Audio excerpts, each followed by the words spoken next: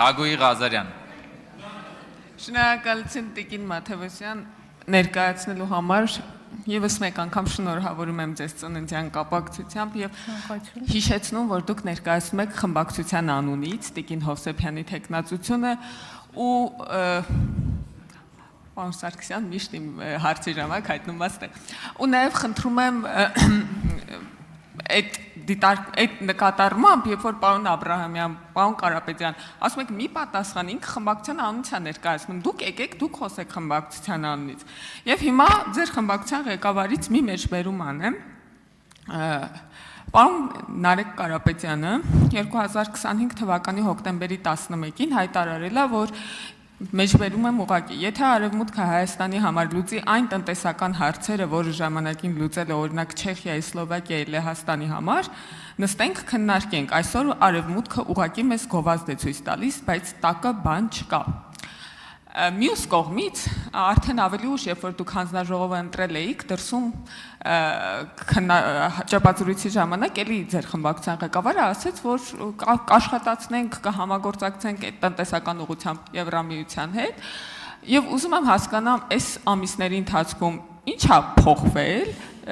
Եվրամիության վերաբերմունքի մեջ, ինչն է ավելացել, ինչն է պակասել, որ դուք մտածել եք, որ այն ժամանակ գովազդեր տակը բան չկար, իսկ հիմա աշխատելու բան կա։ Մեր խմբակցության ղեկավարը նաև նշել է, որ մենք կողմ ենք բազմավեկտոր քաղաքականությունը, խնդրում եմ մետ էլ նշեք, ու չեմ հասկանում, թե այս հարցերը ինչ կապ ունեն Տիկին Հովսեփյանի կենսագրության հետ, հիշեցնեմ, որ ես ներկայացնում էի Տիկին Հովսեփյանի կենսագրությունը եւ պատրաստ եմ պատասխանել այդ թեմային վերաբերող հարցերին, շնորհակալություն։ Արձագանք։ Խնդրեմ Տիկին Մաթևոսյան, դուք ներկայացնում եք Տիկին Հովսեփյանի թեկնածությունը այն կոնտեքստում, որ ձեր խմբակցությունը նախընտրել է ղեկավարել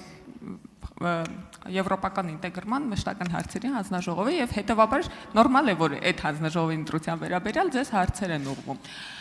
Մյուս հարցը, եթե իհարկե դուք ձեզ կհամարեք հարմար պատասխանել, ինձ թվում է դուք հարցերին պատասխաններ պարզապես չունեք, բայց մեկը այդ հարցը հնչեցնելու եմ։ Գիտեք, որ նախընտրական շրջանում Եվրոպական միությունը Հայաստանին հիբրիդային պատերազմի դեմ աջակցության առաքելություն տրամադրեց, որոնք հիմա գտնվում են նաև Հայաստանում։ Ես ուզում եմ, եթե իհարկե դուք